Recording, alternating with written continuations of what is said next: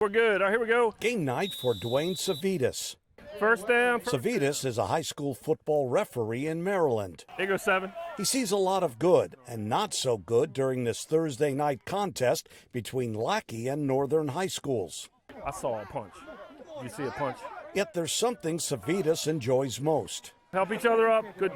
Nice job, guys. Nice job. I like to see the sportsmanship. It really is. Like tonight's a really good game. But the post-pandemic years have not been easy. It's overworking the current guys to where the schools have to spread the games out during the week. It's a serious shortage. Deron Truss is commissioner of the Washington District Football Officials Association.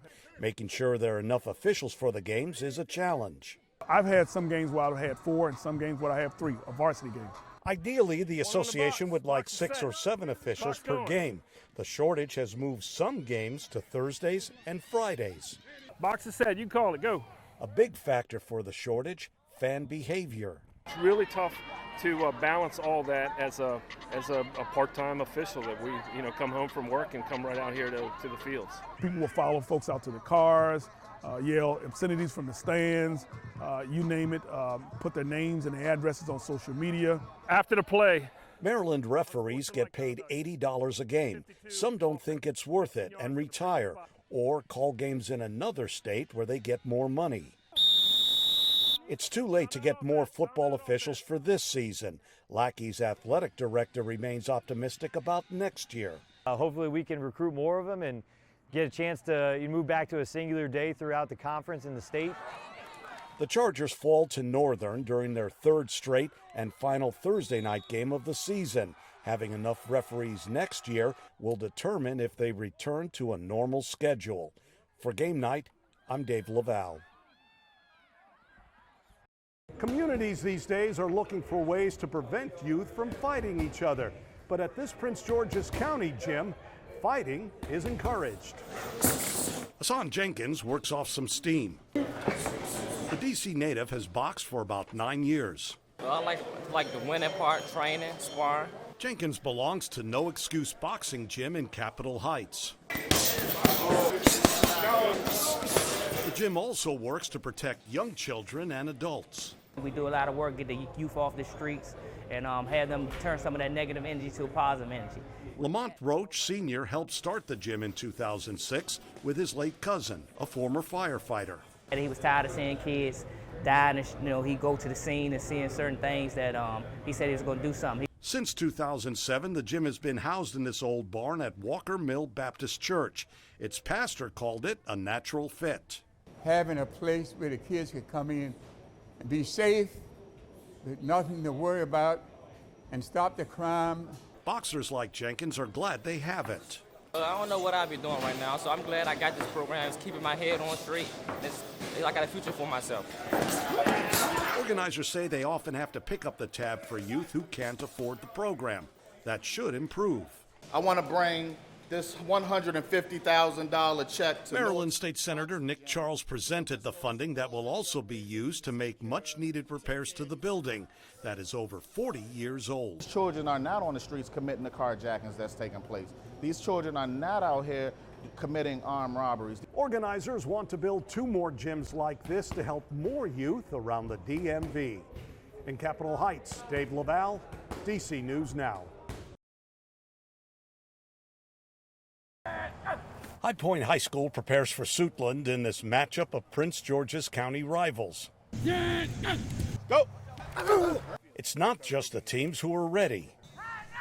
Leslie Garrett has worked the sidelines of county high school games for nearly 17 years. She's an emergency medical technician, or EMT.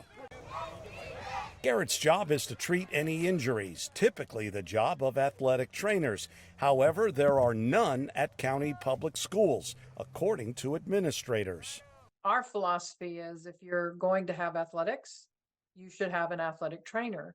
Kathy Derringer is the head of the National Athletic Trainers Association. The lack of athletic trainers in the county concerns her. The health and safety of those student athletes, if you're prioritizing that, then you would have at least 1 athletic trainer on your campus. Nationally, the association estimates roughly 1/3 of all high schools do not have athletic trainers.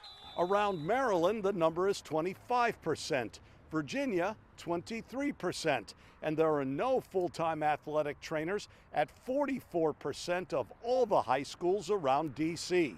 Students at schools with full-time athletic trainers are less prone to injury and risk, according to the American Pediatrics Association, compared to schools without them.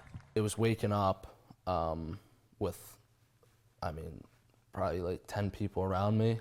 Maryland's Peter Lake blocked a shot off his chest during a high school lacrosse match in April 2021. Lake suffered sudden cardiac arrest and collapsed. Athletic trainers assigned to the game and doctors who were in the stands managed to restore Lake's heartbeat and save his life. Parents we spoke to at the Suitland game have divided feelings on the issue. I'm not really too concerned because myself, I always make sure that my son's trained outside of the organization that he's with. It's a pretty serious situation when you don't have somebody that can come on the field if a player gets injured. So, it's very concerning. Garrett, like other EMTs assigned to games, are paid by the county and responsible for players on both teams. Plus, they must respond to any medical emergency in the stadium. Suitland won this shortened game due to lightning. Most importantly, everyone went home healthy. In Beltsville, Dave Laval, DC News Now. This is where Kyrie Jackson and his teammates went on an amazing run that started in 2015 as Wise High School won the first of 3 straight state football titles. A time to celebrate then. Now, a time to mourn. It's hard. I think it's hard on everybody.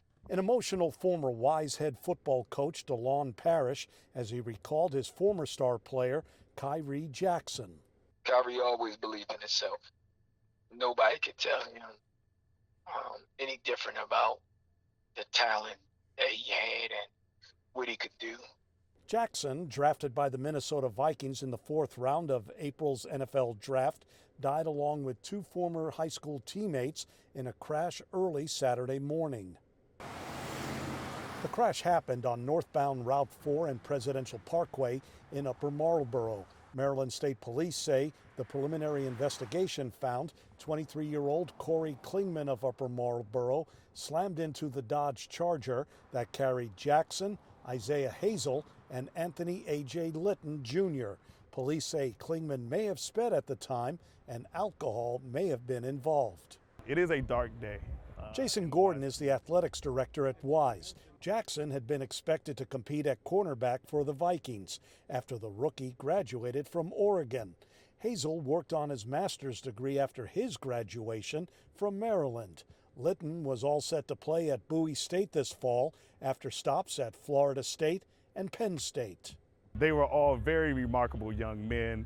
They showed what it means to persevere. They displayed perseverance in their post-secondary careers. Police said Klingman hit a second car. No one in hers or the other car suffered any serious injuries. Charges, according to police, are pending. The Wise community is holding up the best as they can. A memorial service is being planned for the 3 former players, as next season will be dedicated to their memories. In Upper Marlboro, Maryland, Dave Laval, DC News Now.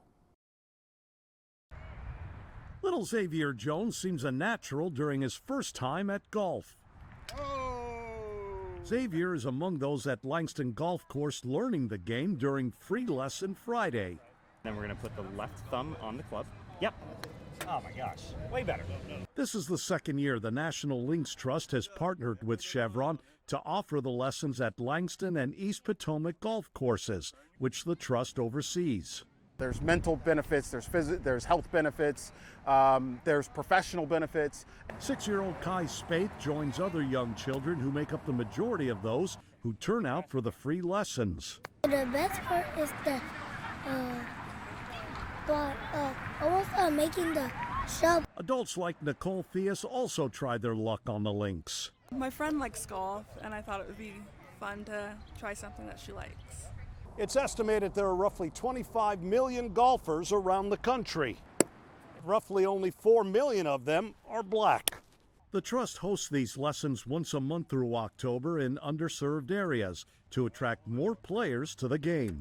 Golfers traditionally always had a fence up around it. You needed to be a member, or you needed to be part of the club, and we want to break down those barriers. Little Kai seems to have found a new hobby, just par for the course. At the Langston Golf Course in Northeast, Dave Laval, DC News Now.